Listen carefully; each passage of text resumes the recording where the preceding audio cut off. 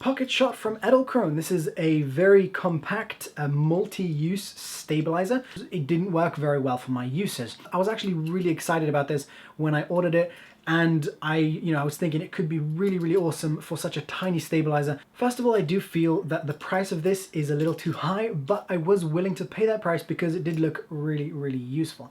For comparison, the GorillaPod Focus, which is the most expensive GorillaPod you can find, is only half the price of this. And I still think that one's expensive. Now I'm going to show you how long this takes me to set up, because I feel that is an important thing. And the setup time here is slower than I was thinking it would be. It's not really terrible. For a lot of people it's not going to be a big issue, but I did find that, it does take a little bit of effort, it does take a little bit of time to actually get this into a usable position and adjusted. And because I don't feel that this really fits very well into a bag with the camera, and because the camera doesn't hold onto this surface very well, then I don't really want to just leave it in the bag with the camera. I sort of have a preference to taking the camera off this. So I feel that the time that it takes to connect the camera to the screw of this is also an important thing.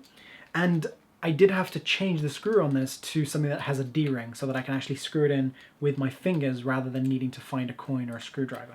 So this does take a little bit of time, especially if you're talking to a video camera, but there we go. I'm not going to edit that part out so you guys can get an idea of the sort of time it might take you to set this up.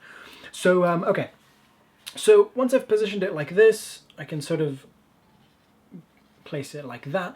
This is one of the ways that they sort of show it potentially being used as sort of a shoulder rig sort of thing, and this is pretty, this is pretty okay. I find that in most ways that I try and set this up, I found that I really wanted to use one of these, and I actually did use this a lot of the time with it, because this allows me to position the camera in ways that without it I simply can't. And especially a camera with the viewfinder, to get the viewfinder up to my eye, this little piece really was needed. In this situation, for example, I have to turn my head a little too much to get my eye to the viewfinder, and I could try and turn it like this and maybe bring it like that, but it's just not that comfortable without that. And then comfort-wise on the shoulder, it's not amazing. As you could imagine, that doesn't look very soft or very comfortable, but it's not really bad, just not really the best thing. And because we're working with fairly small weight here, it's not uncomfortable on the shoulder. It's just sort of fine.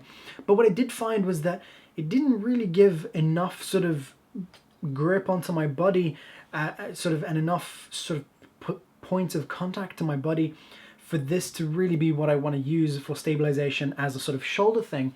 Because, well, in this sort of direction, there's not really much stability coming from this. And then they do also show this being used as a sort of shoulder stock sort of thing, like that, being just sort of pushing up against your body. And you could position that in various different ways to do a very similar sort of thing. But this sort of thing, again, it's slightly helpful. It's a slight improvement over handheld, but not really the ideal thing for me. There's not really enough stability coming from this, because a lot of the work is just being done by my hands and my body more than this actually doing anything. Because as you can see, in this direction it can move freely a little too much, and this way, and just not ideal. And even if you do get a strong grip on it, it's a little bendy. So even with a strong grip, I find that there's a little too much bend and a little too much shake compared to what I would want to get out of this.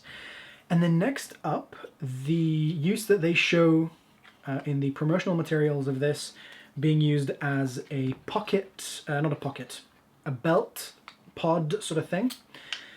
Well, it is sort of usable as a belt pod, but it's a little too low.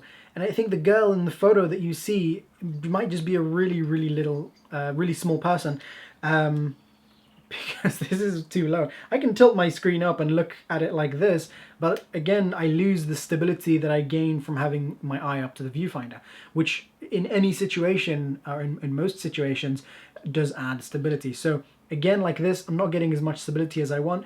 In this direction, there's not very much stability being added. In that direction, it's not going to shake, but in this direction, there's still lots of potential for it to shake. If I use this, then I can, I can tilt this thing up and have this thing like that, and then tilt my head a little bit down, and then I can bring my viewfinder up to my eye. Once again, I'm not editing this part out of me trying to get this into position, so you guys can get an idea of what it's like to work with this.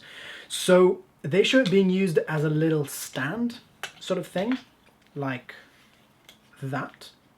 And this, no, it's not a stand. If you put a DSLR on here, it's gonna fall sideways. Like with my 5D, not a chance. You place this down, it's gonna fall. Even if you've removed everything from the bottom here. So, because normally it does have some little, let me actually take this off and show you that. But basically, it does have some little raised areas from the grippy rubber pads that it's got glued onto it. So even if you remove those and you get a flat surface, it's still, so right now, as you can see, that's not really flat. But even if you remove it and get a flat surface, it's not going to hold a 5D. It's going to fall sideways or potentially fall forwards if you have the big lens on there. If using it with a small camera, sure, it will hold the camera in that position, but having a camera just sitting like that, not moving in this position, doesn't help me much. I could just place it on the table or place it on the floor. This slight height raise doesn't help me much. Now you might be saying, sure, well, you can hold it like that and use it like this, but the problem is with that, like as a stand, is that there's just no stability added from this being used as a stand. I might as well just be handheld because it's such a small area of contact with the ground. Trying to use it like this was just crazy shaky. I tried handheld and that was actually more comfortable. I just sort of placed it like this against my knee, and then I got the low down shot better than I did with this, and more easily. So it's not a stand in my opinion. Now, with regards to how good it is for traveling with, in my opinion, there are things that work better. For example, the GorillaPod Focus weighs the same as this, give or take a few grams, and it's quicker to set up. For example, if I wanted to fold it away, it's quicker to fold away and quicker to set up in the position I want. So like that, shoulder rig ready to go. Once again, I do find this thing useful on here as a thing to make sure that the camera can be positioned exactly where I want it. Slightly larger, but much quicker to set up and fold away, and much more stable and much more adjustable and much more versatile. This can actually hold your camera as a stand. This can be used as a body pod like this. This can be used as a shoulder rig, and I have a video showing these things in actual use, and I actually really like it with that. And basically, every time I try and do something with this, I'm surprised that it works, really nicely. Every time I try to do something with this, I found that it didn't work that well for me. One thing I forgot to mention was that the grippy pads on here don't hold the camera very well. The camera, if you try and push the camera, it will move out of position, and it's just not grippy enough. And then these things will come off too easily. Like if something spins on it a little bit, that sort of pushes them out of position. Like these here fell off within a couple of uses, I think. They just fell off and I need to glue them back on. Another potential alternative is something like this. You can get these really cheap. I think I overpaid for this. I paid about £20. Then it can be just as compact, actually weighs less than the pocket rig. It's similar, but it's less. And can be used as a tripod. It is much higher as a tripod, as a stand, and can hold bigger cameras as a stand, and can be used as a belt pod sort of thing. Something that I actually like a little less than this one is the Lollipod, and it's not because it's bad quality, because it is actually really good quality, but I find that as a tripod, the legs are a little too small for my uses. This is more useful for me as like an audio stand or a little light stand. But again, fairly quick setup time. This was intended for cameras as far as I know. If you have any questions, feel free to ask me in the comments. Don't forget to subscribe, and I'll see you guys soon. Bye! Alright guys, thanks for watching. Visit my channel for lots more awesome filmmaking and photography videos, like lighting techniques, DIY projects, behind the scenes tutorials, cameras, lenses, adapters, shoulder rigs, stabilizers, flashes, LEDs, microphones, bags, straps, studio backgrounds, tripods, float heads, sliders, multi-tools, and lots more cool stuff!